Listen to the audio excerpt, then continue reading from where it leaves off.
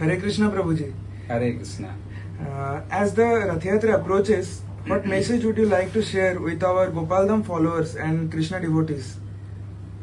रथ यात्रा जगन्नाथपुरी में जितना भी उत्सव होते हैं, there are around 12 to 13 festivals, major festivals. Of course, the city of Puri is called Mauja city, city of entertainment, city of festivals.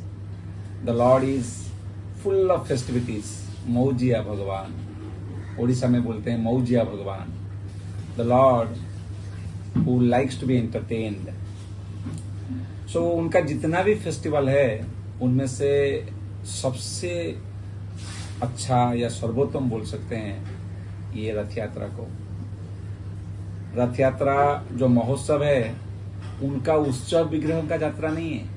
स्वयं जगन्नाथ, बलदेव, सुभद्रा और सुदर्शन जी, ये चतुर्धा मूर्ति चारों सेल्फ सेम डेटी, जिनको पुजारी गर्भगृह में जाकर के कितना स्वच्छता के साथ मंत्रों के साथ पूजा करते हैं, वही विग्रह गली नुक्कड़ में आकर के बाहर पतित जीवों को कृपा देने के लिए मंदिर के बाहर आते हैं. और गुंडीचा मंदिर तक का यात्रा ये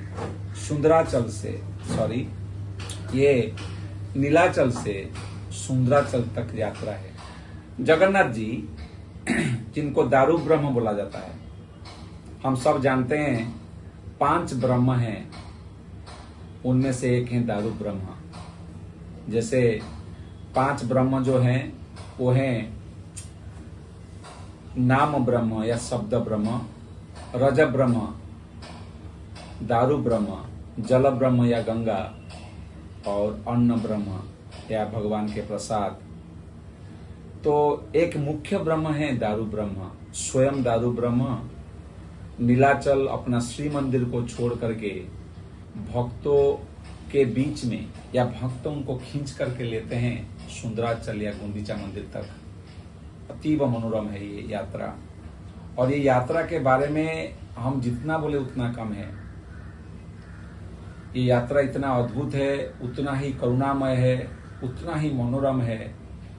आप देखिए पूरी उड़ीसा का एक शहर है अगर फिजिकली देखा जाए तो ये शहर में मान लो रथ यात्रा का पहले कुछ दिन पहले अगर आप देखें बहुत ही कम संख्या में लोग रहते हैं. और उसी दिन ऐसा नहीं कि हर जगह पे एडवर्टाइज किया गया रथ जगन्नाथ आएंगे, आइए आइए आइए. उसी दिन 20-25 लाख 30 लाख, कोई अनगिनत एस्टिमेटेड 30 लाख 25 लाख लोग एक समय में एक ही जगह पर, वो जो रास्ता में ग्रांड रोड बोला जाता है उसको, वो रास्ता में इकट्ठा होकर के भगवान को जय जगन्नाथ करके, ये जो चैरियट है रथ में, जगन्नाथ का एक रथ, बलदेव का और सुभद्रा मई का, ऐसे रथों को लेकर के सुंदराचल या फिर गुंडीचा मंदिर तक खींच करके लेके जाते हैं. इसका अगर अर्थ समझें, ये बहुत ही गूढ़ है, बहुत जरूरी भी है. ऐसा माना जाता है कि मानो भगवान श्री मंदिर में राजाधिराज वेश में जगन्नाथ के रूप में ठाट बाट में रहते हैं. और ये जो वृंदावन के राधा रानी हैं, गोपियां हैं, मानो उनको मिलने आते हैं और वो देखते हैं कि जो जगन्नाथ है, जिनको कृष्ण के रूप में अति प्रेम करते हैं, मदन मोहन के रूप में, श्याम सुंदर के रूप में, उनका वेश अलग है. वो बहुत ही सिंपल हैं, वनमाला पहनते हैं, मोर धारण करते हैं, मोर पक्षी धारण करते हैं और सुंदर अति बांसुरी बजाते हैं. लेकिन यहाँ जगन्नाथ के रूप में 56 भोग खाते हुए तरह तरह के लोग अपने राजकीय वेशभूषा में रहते हैं. भक्तों को, जो ब्रजवासी हैं, जो रसिक भक्त हैं, उनको वो रसा, वो चाहते हैं कि वो स्वरूप में जहाँ यमुना के तट पर वो मिलने आते थे, वो रसा उनको चाहिए था. लेकिन जगन्नाथ का ये वेशभूषा में वो जानते हैं वो सेम भगवान है, लेकिन वो रसा उनको जम नहीं रहा है, उनको अच्छा नहीं लग रहा है. हमारा ऐसा अनुभव नहीं है. जैसे हम एक आदमी के बारे में सोचते हैं, अगर वो तुरंत ही हम देखें कि वो बदल गया है, हमारे साथ जो रसा का आदान प्रदान होता है उसमें व्याघात होता है. तो ये रथ यात्रा है, ये एक सिंबलिक है। क्या सिंबल करता है ये ऐसा है कि वृंदावन के भक्तगण राजाधिराज जगन्नाथ को अपने द्वारका से खींच करके लेके जा रहे हैं वृंदावन की ओर, जो कि गुंडीचा मंदिर है, सुंदराचल है, जहां राधा रानी से वो उनको मिलाएंगे और राधा रानी के साथ श्याम सुंदर का आदान प्रदान होगा, प्रेम का। सारा भक्तों का ये मूड रहता है कि कैसे हम भगवान को लेकर के राधा रानी के पास पहुंचाएं।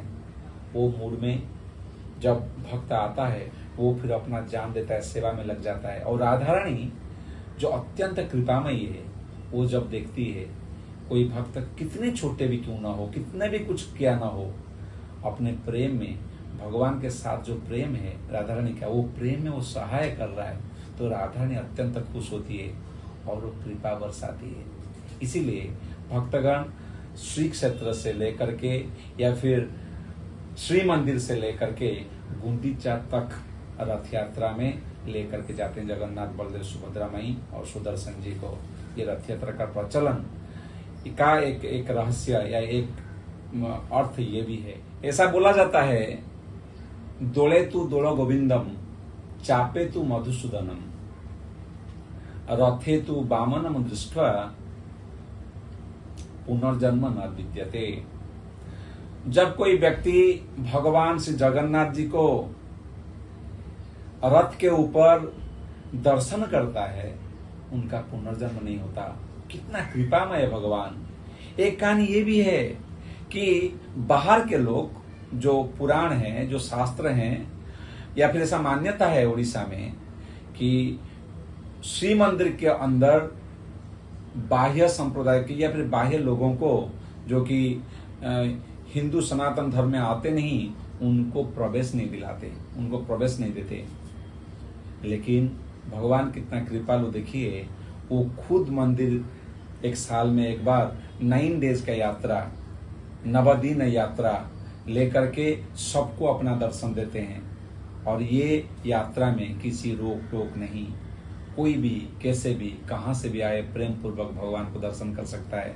जो भगवान को गर्भगृह में जा करके लाइन लगा करके दर्शन करना कितना डिफिकल्ट होता है, कितना तकलीफ होता है, पर अब ये रथ यात्रा के समय में भगवान स्वयं अपना मंदिर से बाहर आकर के लोगों को दर्शन देते हैं। इसलिए उनका नाम है पतित पावन।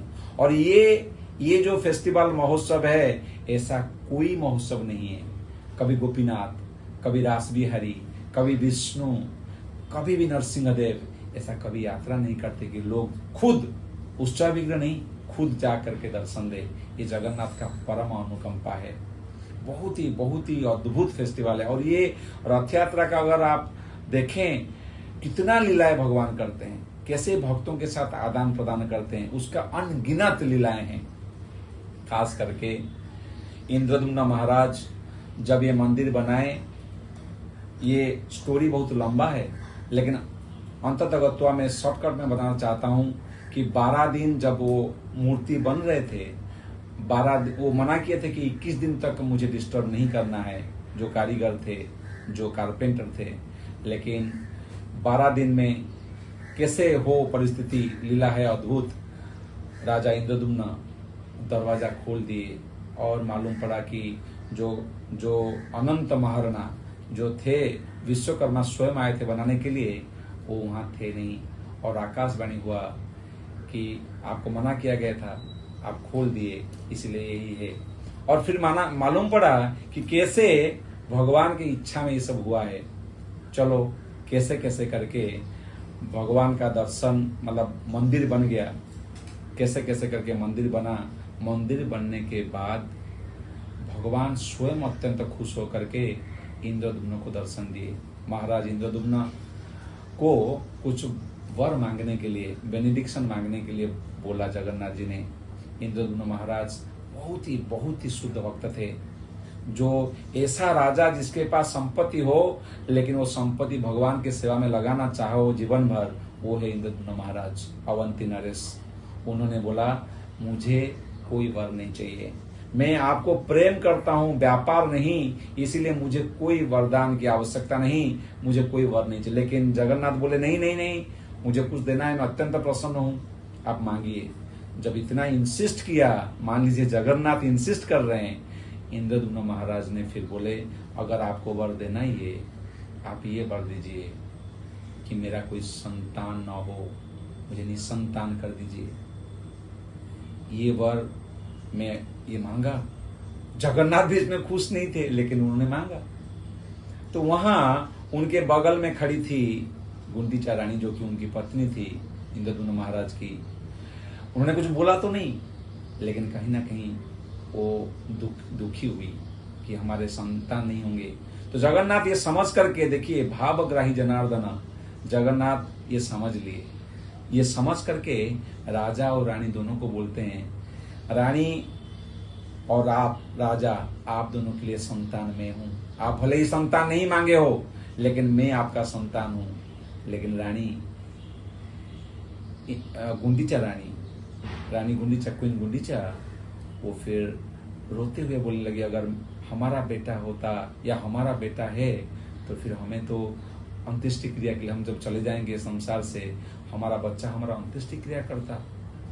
और बोला जाता है कि जगन्नाथ हर साल अपने पिता माता के लिए अंत्येष्टि क्रिया में श्राद्ध वेश करके होते हैं और आते हैं, व्हाइट कपड़ा पहन करके श्राद्ध वेश करते हैं। फिर गुंडीचा रानी ने बोली ठीक है, आप बोल रहे हैं अब श्राद्ध करके आएंगे, श्राद्ध करने के लिए आएंगे, फिर आना जाना पिता माता को मिलने के लिए हम तो आएंगे, लेकिन क्या आप हमको कोई मिलने आओगे? आप तो भगवान हैं, आपको मिलने के लिए सब लोग आएंगे, आप बिजी हो जाएंगे, क्या आप हमको मिलने आओगे?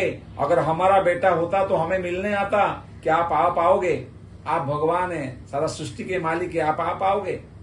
जगन्नाथ ने उस दिन कमिट किया कि हाँ, हर साल मैं स्वयं अपने भाई बहनों को लेकर के मेरे पिता माता अर्थात आप दोनों को मिलने के लिए मैं आऊंगा हर साल। और ये यात्रा 9 डेज, 9 दिन या 9 दिन तक चलेगा, और इसी का नाम है रथ यात्रा।